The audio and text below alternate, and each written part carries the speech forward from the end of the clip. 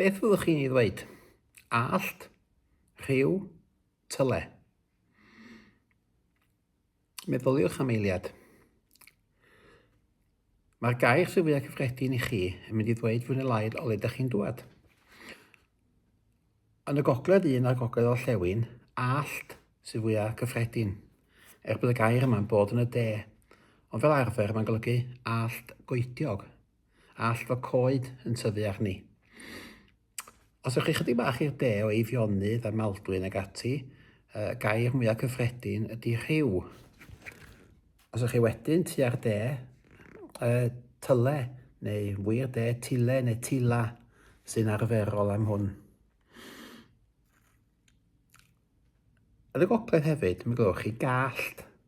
Ond pan bod gallt wedi datblygu, allt ydy'r enw gair gwreiddiol. Y rheswm hyn ydy fod yn air benywaidd. Felly, os ydych chi'n dweud yr allt, neu dwy allt, mi alla hynny gyfateb i ffurf dreigledig gallt. Felly mae pobl weithiau yn gorgywiro neu'n adfer g na fuodd yno erioed, oherwydd mi fysa gallt ag allt yn ymddangos fel yr allt.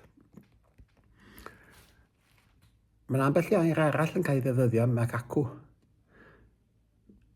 Yn y gogledd, mae'r gair trip yn golygu am allt serth iawn, neu clip hefyd.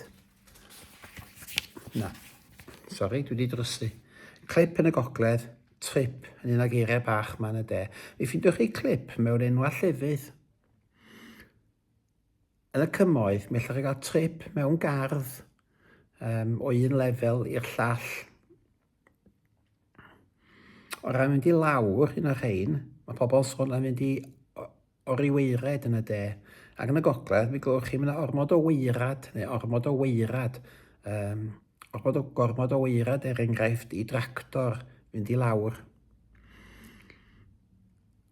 Rwan, da ni ddim yn gwybod o le mae'r gair rhiw yn dŵad, a da ni ddim yn gwybod chwaith o le mae'r gair tyle yn dŵad. Does dim sicrwydd bod yna eiriau cytras eraill mewn ieithoedd Celtaidd, ond mae allt yn wahanol. A mae'n digwydd mewn ambell i le yn Lloegr fel Allt cliff, sef allt a cliff, clogwyn, sef yn cyfeirio at yr un nodwedd.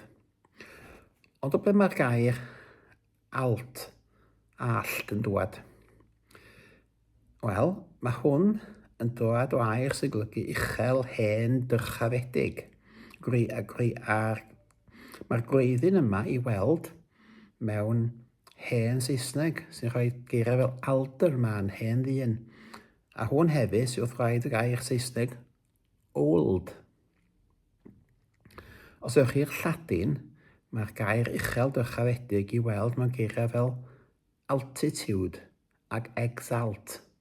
Felly mae rheina i gyd yn perthyn i allt. Yn y Llydaweg, mi'n drodd allt i feddwl glan y môr, neu draeth yn hytrach, sef ar ffurf ydi awd. A mi welwch chi hwn yn eang iawn mewn enwau lleoedd arfordir Llydaw.